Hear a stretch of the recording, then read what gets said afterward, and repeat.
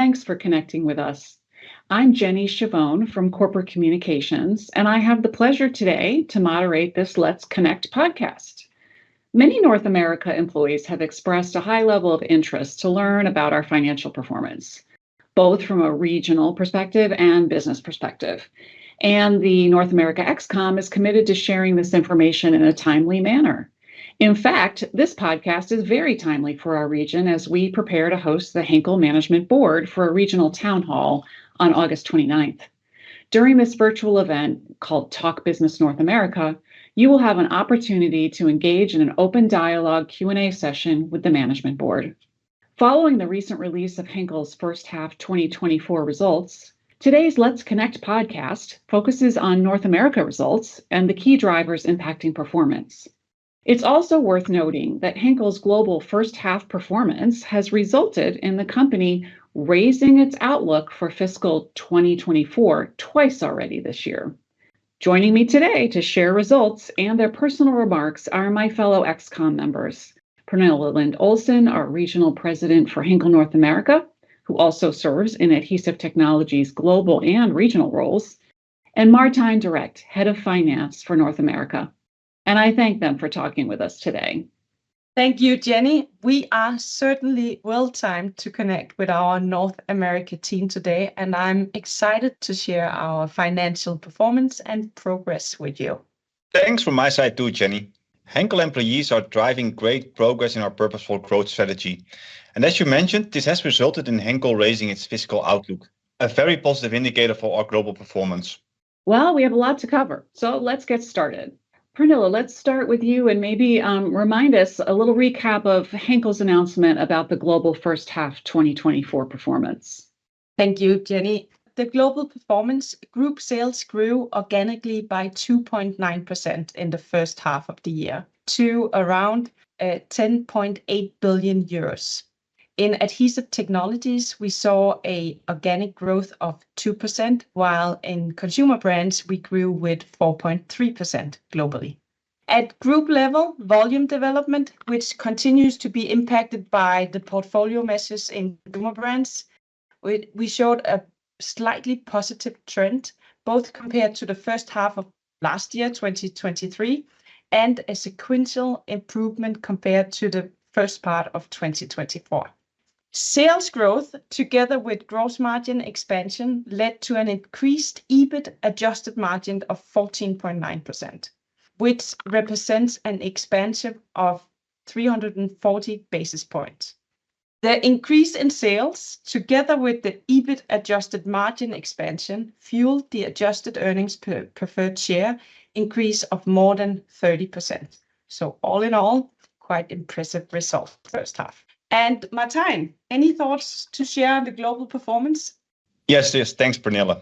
As you mentioned, the Adhesive Technologies business generated a good organic sales growth of 2% in the first half of 2024, and this performance was particularly driven by mobility and electronics and the craftsman, construction and professional business areas, while packaging and consumer goods was slightly negative.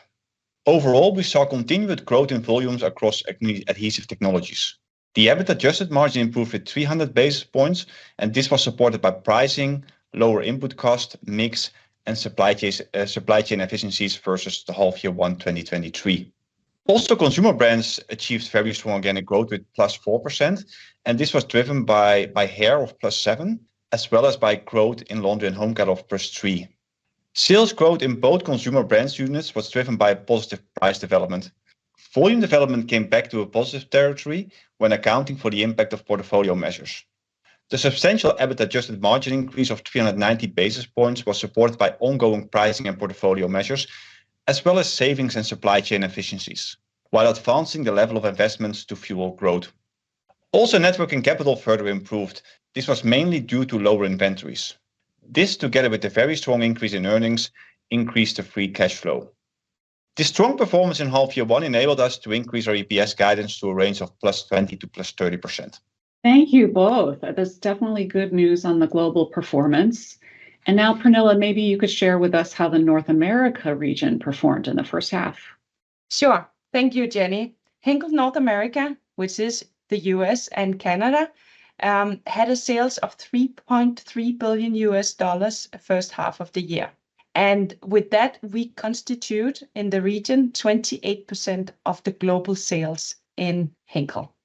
And although our organic sales growth for the first half year was minus 1.6%, we did see an improvement in the second quarter over the first quarter. In the second quarter, our organic growth was flat, so improvement over the first quarter where it was negative.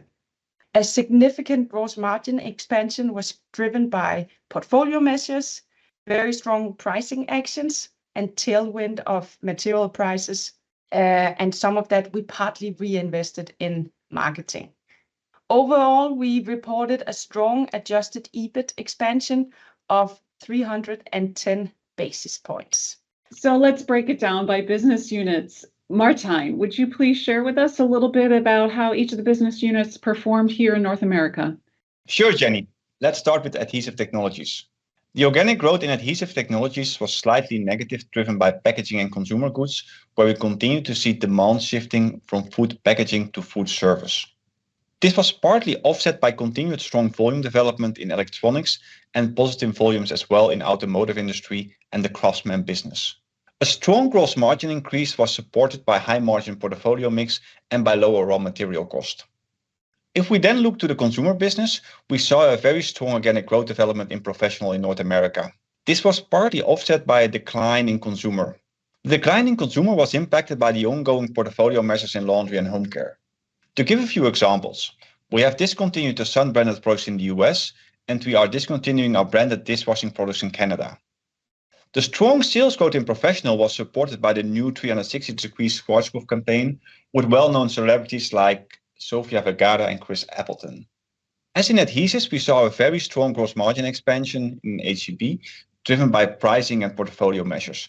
This enabled us to continue to increase the investments behind our brands to an all-time high level. Fantastic. So we talked about Henkel's announcement raising its full year outlook for 2024.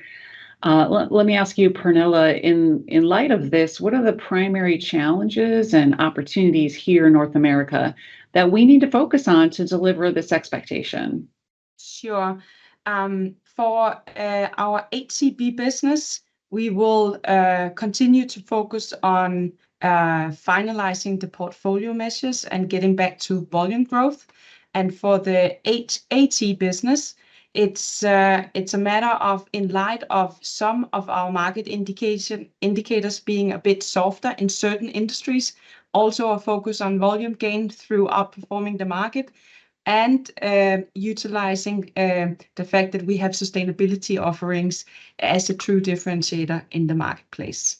Okay, and staying with you, Pernille, I mentioned at the beginning of the broadcast that the Henkel Management Board will be visiting our adhesive site in Irvine and our beauty care professional site in Culver City.